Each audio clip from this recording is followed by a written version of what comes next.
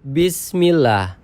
Assalamualaikum warahmatullahi wabarakatuh.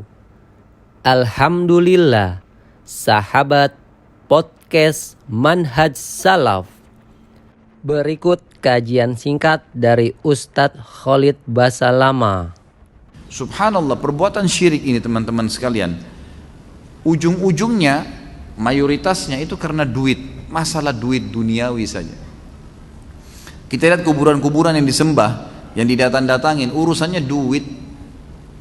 Hanya orang yang tidak takut kepada Allah, kemudian dia mau menyesatkan manusia, minta duit. Saya pernah waktu tahun 89, masih SMP, saya belum mengerti apa-apa sebenarnya. Itu masih SMP, saya pernah, artinya masih kanak-kanak sekali. Saya waktu itu masih kelas 3 SMP. Dikirim ke Mesir oleh ayah saya, ada paman saya kebetulan di sana sebelum saya ke Madinah. 1 tahun lebih lah saya di sana waktu itu.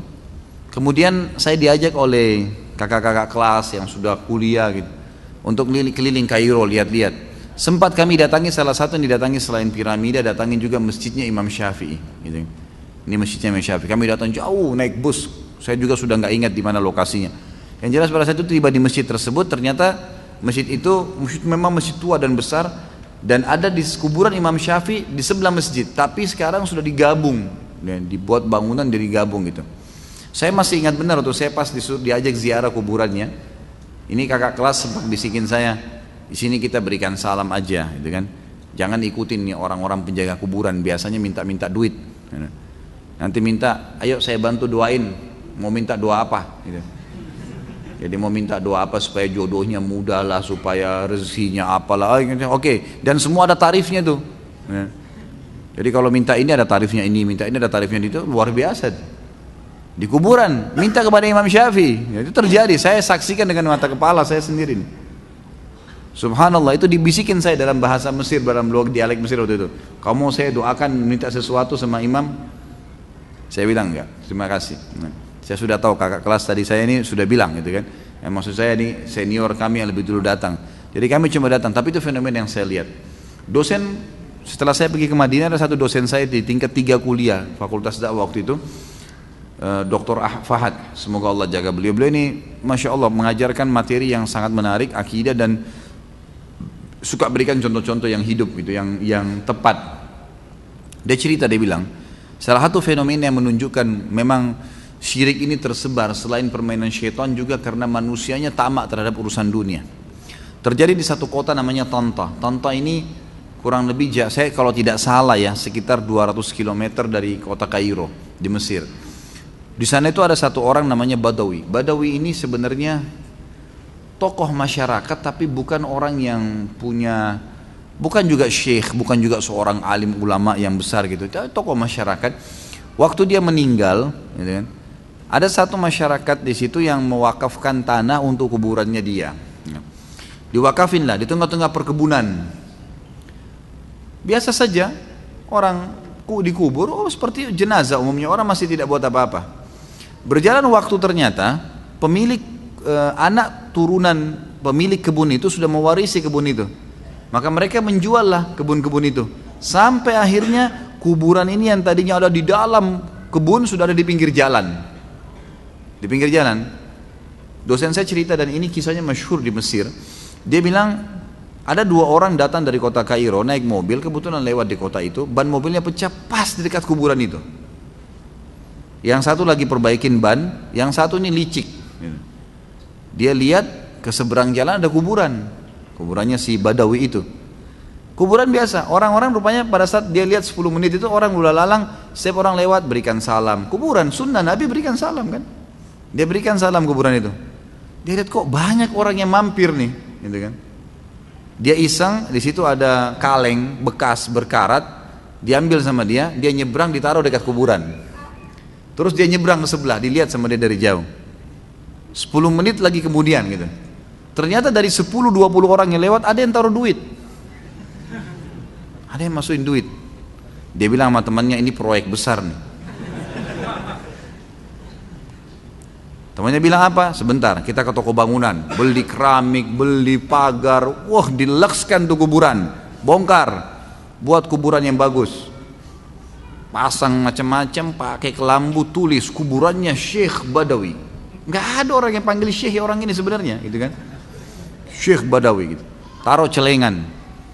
Lihat 3 hari kemudian ditaruh celengan. Dia ini upaya dia sendiri gitu. Taruh celengan. Ternyata hasilnya besar. Ada orang yang iseng, orang yang nggak ngerti mampir taruh duit. Banyak. Sekarang di daerah Tonto terkenal, ya, itu sudah dibangun masjid bisa nampung, data yang saya dapat terakhir itu dengan luasnya lokasi itu sekitar 100.000 orang apa, ya, untuk bisa nampung 100.000 orang. Lokasi itu luasnya, kalau tidak salah masjidnya bisa nampung sekitar 1.000 orang. Tapi kuburan di tengah-tengah masjid itu, dan dibangunnya masjid untuk kuburan itu. Dan setiap hari sekarang itu dari uang celengan mereka mendapatkan sekitar 1 juta jenih, 1 miliar rupiah lah dapat duit dari celengan untuk dipakai. Dia tidak peduli nih orang mau sesat mau nggak sesat, yang penting duit, gitu kan. Seperti itulah. Subhanallah, saya keliling di beberapa di Indonesia juga tempat-tempat sama persis sama. Masalahnya ujung-ujungnya duit. Saya ke Gresik, semoga Allah kasih hidayah gitu. Diundang ceramah. Bertepatan saya masuk ke masjid, ramai orang yang datang untuk dengerin ceramah. Tapi dari sisi lain, di dekat tempat itu rupanya ada satu kuburan. Saya tidak tahu kuburannya siapa. Tapi di situ banyak bus-bus gitu. Wow, macet. Jadi macet di kuburan sana, macet juga di masjid yang kita isi taklim nih gitu. Terus saya tanya pengurus masjid, Pak, ini kemana sih mereka-mereka ini? Oh, ziarah kubur Ustaz. Ada sunan siapa di sini? Oh begitu. Apa sih sebenarnya fenomenanya ini? Saya mau tahu nih. Nah ini dia bilang, ini travel ini yang orang-orang ini semoga Allah berikan hidayah. Jadi tidak berpikir masalah akhirat nih. Jadi mereka datangin kiai-kiai, kerjasama dengan beberapa kiai. Saya tidak tunjuk siapapunnya, tapi ini bahasa orang-orang situ sendiri. Jadi datang kepada beberapa kiai yang punya komunitas. Nih Pak Kiai, kita ajak ziarah yuk jamaah ke kuburan si fulan. Satu bus sekian puluh orang. Pak Kiai dapat satu orang 100.000. Negosiasi. Kalau datang itu satu hari bisa bolak-balik puluhan ratusan bus. Bolak-balik, apalagi di waktu tertentu. Yang penting Kiai bilang pergi sana. 100.000 per kepala, kali sekian ratus orang. Proyek. Tapi ini proyek api neraka. Alhamdulillah. Ini berbahaya sekali. Kuburan dalam Islam kita yang disuruh doain, kita yang disuruh berikan salam, bukan kita yang minta. Datang ke sana dibuatin program di dalam itu. Macam-macam programnya, ada ini, ada itu, ada ini, baca itu, ada yang sampai menginap, luar biasa. Allah musta'an. Semoga Allah kasih hidayah. Tapi rata-rata begitu. Saya pernah ke Banten, tidak sengaja mampir ke masjid. Satu masjid begitu, sholat. Habis sholat ada satu ruangan, tua bangunannya gitu tua, ya, sudah tua sekali. Ada satu bapak duduk di depan, kayak pintu ditutup, tapi dia duduk di atas gitu.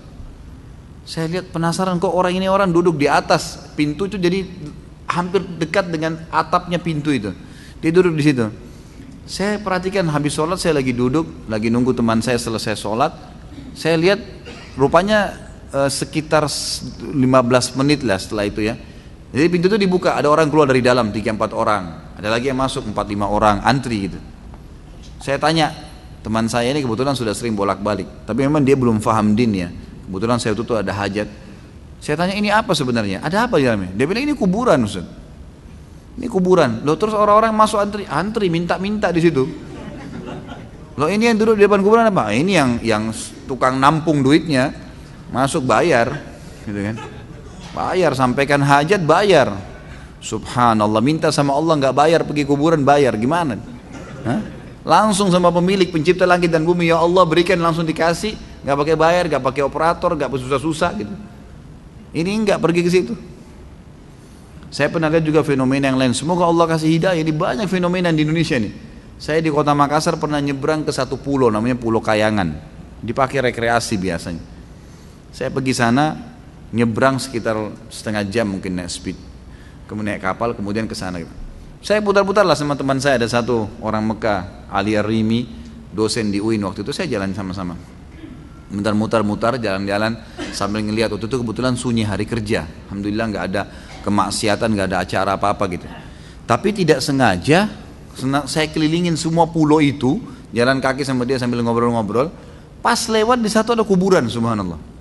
Dibuatin kayak rumah dari kayu gitu, ada kelambunya di dalam, ada tulisan. Saya baca sendiri tulisannya tuh. Ini kuburan Syekh siapa gitu, ditulis namanya. Siapa yang mau minta sesuatu hajat silahkan. Begitu tulisannya. Silahkan. Boleh minta itu. Ada kuburan. Ini kuburan orang alim. Dan itu ada penjaganya. Itu nanti bisa bayar, bisa segala. Seperti itulah. Intinya ini semua berhubungan dengan masalah urusan-urusannya duit. Jadi syaitan menyesatkan, mereka juga mengambil manfaat-manfaat dunia yang sebenarnya tidak ada manfaatnya. Baik, beliau mengatakan dan ayat-ayat mengenai dosa besar ini sangat banyak kata beliau. Karena itu barang siapa yang menyekutukan Allah kemudian dia mati dalam keadaan sebagai seorang musyrik, maka dia termasuk penduduk neraka secara qat'i, nggak bisa dibantah. Ini perkataan Imam Zahabi. Sebagaimana halnya orang yang beriman kepada Allah lalu mati dalam keadaan sebagai seorang mukmin, maka dia termasuk penghuni surga. Sekalipun dia mungkin akan terlebih dahulu diadab di neraka kalau masih ada dosa-dosa yang dia lakukan dan tidak sempat taubat selain musyrik. Dan Nabi SAW pernah ditanya dalam sebuah hadis yang agung. Kata Nabi SAW, hadis ini diriwayatkan oleh Imam Bukhari dalam kitab Syahadat. Bab maqila fi syahada az-zur, ya. Nomor 2654, Imam Muslim dalam Kitabul Iman bab bayamul kabair wa akhbariha nomor 87. Kata Nabi SAW, ala unabbikum bi akbaril kabair, maukah saya tunjukkan kalian induknya dosa-dosa besar sebanyak 3 kali. Salatan. Qalu bala ya Rasulullah, para sahabat mengatakan tentu ya Rasulullah, kami mau. Qala al isyraku billah, kalian menyekutukan Allah. Jadi sudah saya kasih contoh-contohnya. Jadi ini Allah murka betul sama mereka. Wa uququl walidain, dan durhaka dengan kedua orang tua. Wa jalasa wa kana muttaki'an, dan beliau pada saat itu lagi ya baring, kemudian beliau duduk. Lalu beliau berkata, yang ketiga, ala wa qauluz zur, sadarilah dan hati-hatilah dengan perkataan dusta. Qala fama zala yukarriruha hatta qulna laitahu sakat. Nabi SAW terus mengulangin perkataan tersebut. Syirik kepada Allah, durhaka dengan orang tua, perkataan dusta, diulangin lagi. Syirik kepada Allah, durhaka dengan orang tua, terus, dan perkataan dusta. Kata para sahabat sampai kami berharap Nabi SAW diam. Karena terus beliau ingatkan, hati-hati, hati-hati, ini berbahaya, gitu kan. Sampai ulama mengatakan syaitan lebih senang dengan perbuatan syirik daripada zina 1000 kali, bahkan ribuan kali. Lebih senang daripada riba sekian ribu kali, mencuri, membunuh. Karena syirik ini sudah luar biasa. Langsung kalau syirik besar mengulangi syahadatnya. Ini nggak bisa. Berbahaya sekali. Yuk sahabat, bantu sebarkan dakwah salaf. Semoga dakwah ini bisa terus berkembang. Rasulullah Shallallahu Alaihi Wasallam bersabda, barang siapa yang menunjuki kepada kebaikan, maka dia akan mendapatkan pahala seperti pahala orang yang mengerjakannya. Hadis riwayat Muslim nomor 1893.